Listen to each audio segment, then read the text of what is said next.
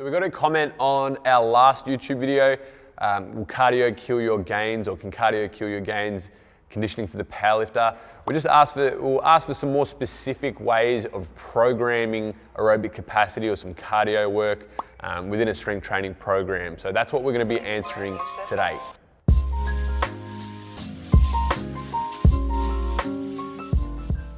Welcome back to the Strength Culture channel. Today we're going to be talking more about some specific ways we can look to improve aerobic conditioning. In my last video, can cardio kill your gains? We spoke about three main reasons on how cardio or aerobic capacity work specifically can improve your performance as a lifter. So those reasons were inter-set recovery, so your recovery from set to set, intra-set performance, so your ability to maintain performance towards the back end of, say, higher rep sets, so maybe your 6, 8 or 10 rep sets, and inter-session recovery, so your ability to recover in between sessions. Improved aerobic capacity, what we spoke about in the last video, it pretty much just allows you to recover from more stress. So if you think of the human system as something that pretty much responds to stress and then recovers from it, that is pretty much what we're built to do. Improvement of aerobic capacity improves our ability to do that. So what we're going to be talking about today is more general aerobic capacity work. We hear work capacity being thrown around in strength and powerlifting circles quite a bit. We don't really know what that means. Some people say that sets of 8 is cardio or sets of 10 is cardio, and that'll be enough for my lifter to actually improve their aerobic capacity or their cardiovascular capacity. But that's a different end of the work capacity spectrum. What I'm talking about is more general work capacity. So it's more, from an exercise prescription standpoint, it's more of your slow, steady state work. The modality doesn't really matter, but it's definitely not what you do when you strength train. So what do I mean by modality? It's just the form of exercise that you use. So it could be an air bike, it could be a stationary bike, it could be a rower. It doesn't really matter.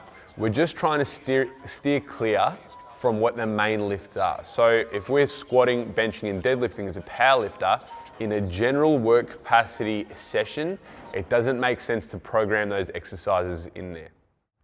So if you're just looking to improve the function of the human system, so your health pretty much, by means of improving cardiovascular function and the function of your autonomic nervous system, so your sympathetic and parasympathetic nervous system, doing just some general cardio work is probably going to be your best bet. Keeping it super low intensity, keeping it steady state. So what do I mean by that? I mean just keeping your heart rate constant, not spiking up and then dropping down, more of your high intensity interval training or things of that nature. We want to try and keep it steady and just constant. I think that's going to be the absolute best for trying to chase those adaptations, those cardiovascular adaptations, and the adaptations of our system to respond to stress. So if I'm going to go back to the previous video, I spoke about how we can look at improving health and performance by way of increasing our cardiovascular capacity. If you're able to deal with more stress, so if your system, the systems of your body are more equipped to handle the stress of your training, you're probably going to be able to deal with more volume over time. You're going to be bouncing back from sessions quicker, and you're going to be able to attack your training sessions with more intensity than you would if you were less fit. So where would we start in prescribing some base level aerobic capacity work for someone? If they've never done any sort of conditioning aerobic capacity work before, and their day-to-day activity is 0, so if they're, say, working a desk job and they're getting less than 3,000 steps a day, I'll probably look to improve that first. There's lower hanging fruit there. Now, is 10,000 steps a day or whatever arbitrary number you choose to use for a step goal, is that enough? I wouldn't say it is to improve, but if the client or the athlete or yourself, you're not hitting those, just a rough target at minimum 6,000 steps a day, I think you've got bigger things to worry about on that front. Once you're covering that, I would start to just include maybe 20 minutes of steady state work on off days. So if you're training Monday, Tuesday, Thursday, Friday, I think including a little bit of steady state work on the Wednesday and the Sunday, maybe 20 minutes a session would be a good start. And then as weeks progress, you might just add 5 minutes. Keeping intensity pretty constant, what you'll find is as you get fitter, your heart rate will probably stay relatively stagnant, and then your output, so say on the bike or on the rower, will start to increase. Okay, so for modality, like I said before, it doesn't really matter.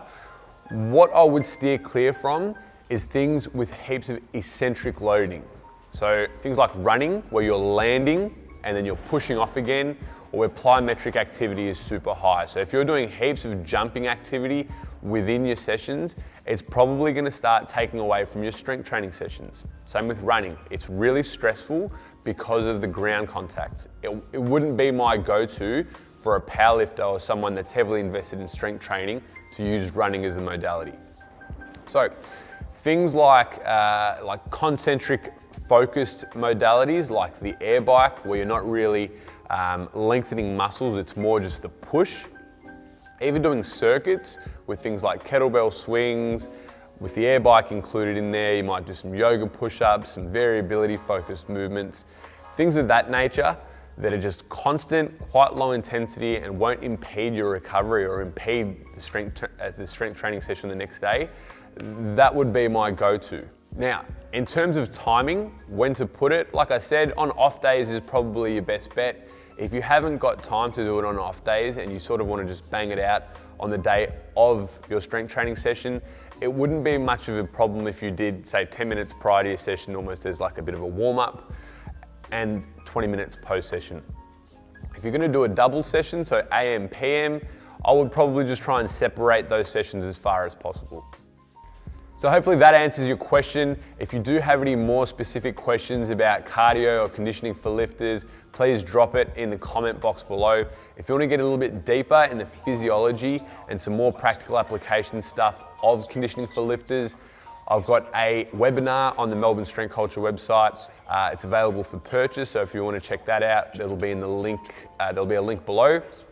If you could like, comment, subscribe, that would be fantastic. It'd be great for our channel if you could keep pushing Melbourne Strength Culture content. We want to keep trying to drive, I guess, more of this informative content out to you guys. So yeah, just let us know if you want anything else answered. And as always, happy lifting. Done. Finished.